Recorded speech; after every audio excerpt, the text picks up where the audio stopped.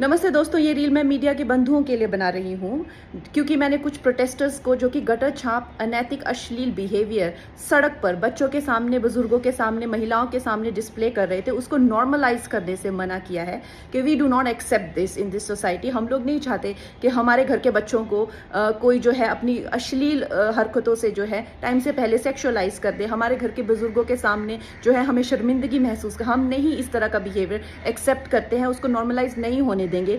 तो मीडिया जो है मेरे खिलाफ गैंग अप कर रही है और ये नहीं बताएगी कि जैसे स्काई रूट जैसे स्टार्टअप की मैंने कितनी बड़ाई की, हमारे देश के जेनजी जो हमें इतनी ऊंचाइयों पे लेके जा रहे हैं, नीट के छात्रों को मैंने खुद स्वयं जो है कितनी बधाई दी। और ऐसे बच्चे जो कि अपने परिवार की जिम्मेदारियां उठा रहे हैं, हमारी टीम में भी ऐसे बच्चे हैं, हमारे घरों में रिश्तेदारी में भी जेनजी भाई बहन हैं जो कि हमारे बड़े काम संपन्न करते हैं, लेकिन कुछ चंद फॉलोअर्स के लिए और चंद कमेंट्स के लिए और कुछ लाइक्स के लिए ये मीडिया वाले इतने ज़्यादा बिक चुके हैं। और मैं देख रही हूँ कि कुछ फेमिनिस्ट जो हैं वो एंकर्स कह लीजिए या पूरे एक बुलेटिन कर रहे हैं और मुझे सिखा रहे हैं कि Kangana, why should these women have the burden of dignity और डिसिप्लिन। हम लोग मिलेनियल वुमेन पे इतना प्रेशर था to be dignified and to be disciplined, why do we have to give that burden to this generation. Excuse me, क्या आप अपनी बेटी को ऐसा सिखाएंगे?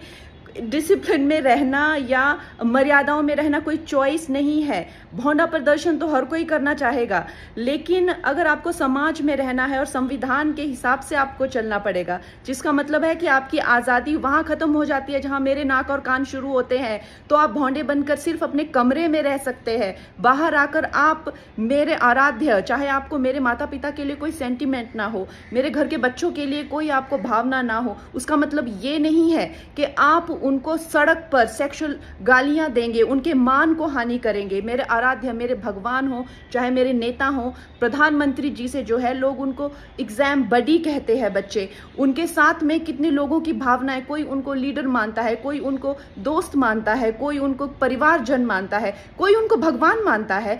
उसी तरह से आप किसी की फीलिंग्स हर्ट नहीं कर सकते हैं। ये कोई कूल बनना नहीं है, ये एक बेसिक सिविक सेंस है और अगर आपको ये नहीं आती है तो आपको सीखना पड़ेगा। आप ये फेमिनाजी से प्रभावित मत होइए, अपनी जिंदगी बर्बाद मत करिए। इस भौंडेपन को सिर्फ और सिर्फ आप अपने कमरे में डिस्प्ले कर सकते हैं। बाहर जाके आपको मर्यादा में रहना पड़ेगा ना, या आप वर्क प्लेस से निकाल दिए जाओगे। आप कभी भी कोई संबंध, परिवार वाले भी आपको भौंडापन नहीं झेलेंगे, तो आपके सामने एक डेड एंड के सिवाय अंधकार वाली जिंदगी हो जाएगी। वैसे अगर देखा जाए तो साइंस भी कहती है कि ह्यूमन लाइफ का जो पर्पस है वो एवोल्यूशन है, और शास्त्र भी कहते हैं कि आप पुरुषोत्तम जो सर्वश्रेष्ठ है पुरुषों में, उस एवोल्यूशन की तरफ जाइए। लेकिन ये फेमिनाजी आपको सिखा रही है कि आप एनिमलिस्टिक जाइए और आप अपने गले में ऐसा, मतलब आपके गले में पट्टा डाल रहे हैं कि आप एनिमल बनिए, आप एनिमल टेंडेंसीज जो है वो डिस्प्ले कीजिए और बिल्कुल आउट ऑफ कंट्रोल हो जाए, भौंडे हो जाए, ताकि आप जेल में पहुंचे।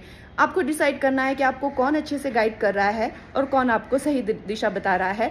मैं यही कहूँगी जो मैंने अपने बड़ों से सीखा है और जिन्होंने मुझे गुरुओं ने जो मुझे ज्ञान दिया है वो यही है कि ये हमें जो जीवन मिला है वो इवॉल्व होने के लिए मिला है, रिग्रेस होने के लिए नहीं मिला है एनिमलिस्टिक टेंडेंसीज में।